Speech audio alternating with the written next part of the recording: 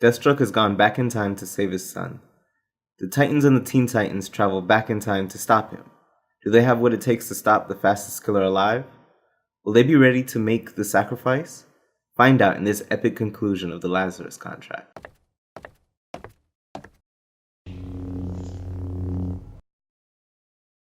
First, you'll need to know what happened previously in the Lazarus Contract.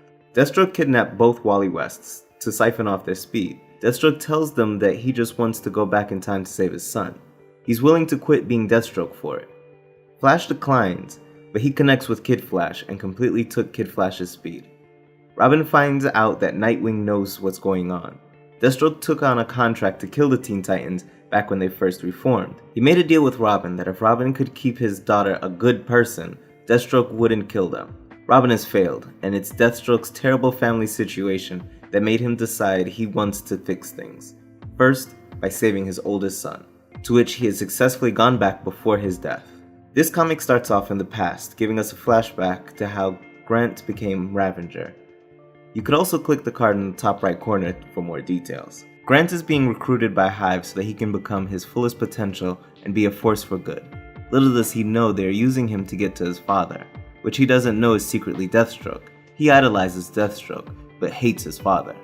Grant is injected with a serum that will make him better than Deathstroke, so he may be Hive's warrior. On his way to his first mission against the Teen Titans, he runs into Deathstroke. After hugging his idol and completely fanboying out, Deathstroke unmasks himself, filling Grant with rage. Deathstroke doesn't have much patience trying to convince Grant to stop, just knocks him out and preps to try again for the 4th time. This time, he'll go back further. In the present time, the Teen Titans and the Titans head to the place where Grant died. Robin insists on leaving the powerless Kid Flash behind, but he's not the only one that gets left out. Jackson Hyde was forgotten, which is understandable as he's a new member and was out scouting at the time. Once the team makes it to the site where they believe Deathstroke went, they proceed to go back to when he is to confront him.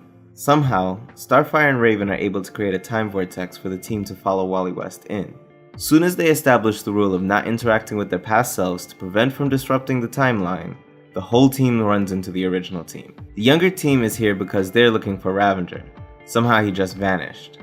So Robin comes up with a plan to get Deathstroke to come to them, and instead of telling anyone, he hits past Wally West to stop his heart. Since they're in the time stream, the effects are immediate, so the current Wally West fade away. The changes Deathstroke was making also faded, so he went after the Titans just as Damian planned. Young Robin is able to get young Kid Flash's heart beating again, and that resets everything. Current Kid Flash gets his speed back, but Deathstroke comes to them, and he's angry. But he ignores them. Instead, he tries to save his son one more time. This time, he runs faster. He tries running fast enough to go back further in time. His other son Jericho trails behind him, begging him to stop. But Deathstroke goes so fast, he gets sucked into the Speed Force. Now that Deathstroke is trapped in the Speed Force, everyone celebrates the victory. Until Kid Flash arrives. He's disgusted that they would celebrate a man being killed, and he decided to go after him. Wally West knows Kid Flash won't know how to get out of there, so he rushes in after him. But Nightwing says they're a team and they'll go with him. So Raven connects them psychically, and then Jericho puts his consciousness in Wally so everyone is with him. And he goes to pull them out. Deathstroke doesn't have super speed anymore, but he's still very skilled, so they prepare for a fight. And Deathstroke says they deserve death for taking his son away from him again. But he's broken, so he just decides to call it quits. He drops his mask and walks away. Back at Teen Titans Tower, Robin reprimands Kid Flash for his poor decisions, but the unapologetic Kid Flash doesn't back down for going after Deathstroke. Then once again, without consulting his team, Robin makes a big decision and fires Kid Flash from the team. The Titans on the other hand went to a doctor to check on Wally, and the doctor says he is lucky his pacemaker didn't give out, but he needs to quit exerting himself or else it will. This comes as a shock to his team. When they went back in time and Damian stopped his heart, he ended up needing a pacemaker. This is why all speedsters know you don't time travel. There are always going to be consequences. So Wally leaves, and he does what every speedster does when they are feeling down, or their mind is full. He runs. What will Slade Wilson do now that Deathstroke is no more? What will the Teen Titans do about Robin's leadership decisions? Could we be losing the original Wally West again? These are the questions I have for the next issues, which will continue in Deathstroke 20, Titans 12, and Teen Titans number 9. Wow, this story was amazing. And I know there have been some good crossover stories coming out of Rebirth, so I'm surprised DC is doing good work consistently between Superman Reborn to The Button, now with the Lazarus Contract, which to me is probably the one that was handled the best. I say that because I like its ending better. The Button didn't have an impactful ending to me. Correction, the impact of the ending won't be felt until November when Doomsday Clock comes out, which I'm sure will be great, but the Lazarus Contract? You're going to feel the consequences of this immediately in the next issue of their comics.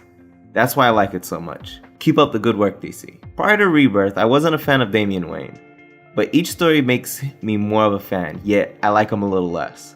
And this story makes me want to read Teen Titans to see what his team's going to do about him. Not just his team, what is Nightwing going to do? Damian cost Wally West his ability to be a superhero and played a great deal in his help.